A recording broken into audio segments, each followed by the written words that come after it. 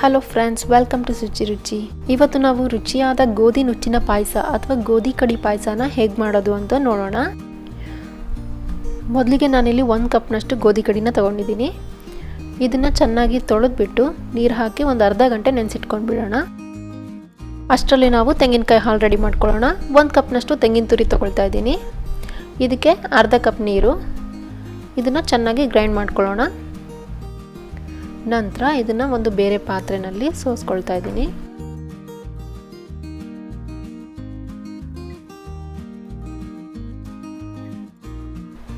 ಈಗ ಇದನ್ನು ಪಕ್ಕಕ್ಕೆ ಇಟ್ಕೊಳ್ಳೋಣ.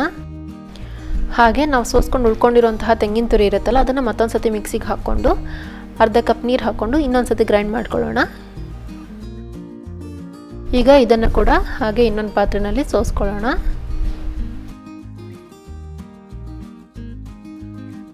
ಸೊ ಈಗ ತೆಂಗಿನಕಾಯಿ ಹಾಲು ರೆಡಿಯಾಗಿದೆ. ಇದು ಗಟ್ಟಿ ಹಾಲು, ಇದು ತೆಳುವಾಗಿದೆ ಹಾಲು. ಈಗ ಒಂದು ಕುಕ್ಕರ್ ಬಿಸಿ ಮಾಡಲಿಕ್ಕೆ ಇಟ್ಟಿದ್ದೀನಿ. ಇದರಲ್ಲಿ 2 ಚಮಚದಷ್ಟು ತುಪ್ಪ ಹಾಕ್ಕೊಳ್ತಾ ಇದ್ದೀನಿ. ಇದಕ್ಕೆ ನೆನೆಸಿಟ್ಟಿದ್ದಂತಹ ಗೋಧಿ ನುಚ್ಚನ್ನ ಹಾಕ್ಕೊಂಡು 2 ನಿಮಿಷ ಫ್ರೈ ಮಾಡ್ಕೊಳ್ಳೋಣ.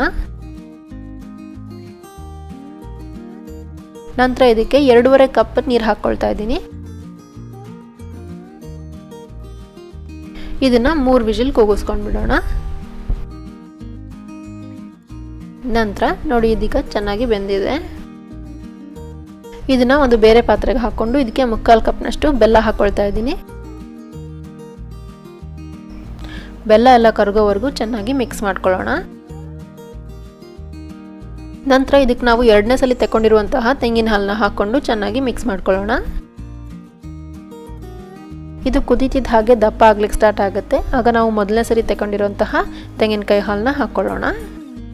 ಇದನ್ನು ಮಿಕ್ಸ್ ಮಾಡಿಕೊಂಡು ಒಂದು ಕುದಿ ಬರ್ಸ್ಕೊಳ್ಳೋಣ.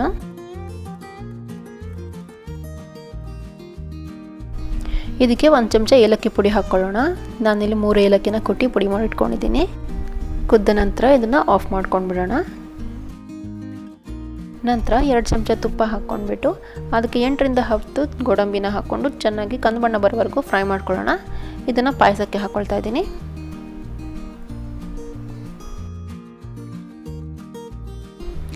ಅದ್ಭುತವಾಗಿರೋ ಗೋಧಿ ನುಚ್ಚಿನ ಪಾಯಸ ರೆಡಿಯಾಗಿದೆ.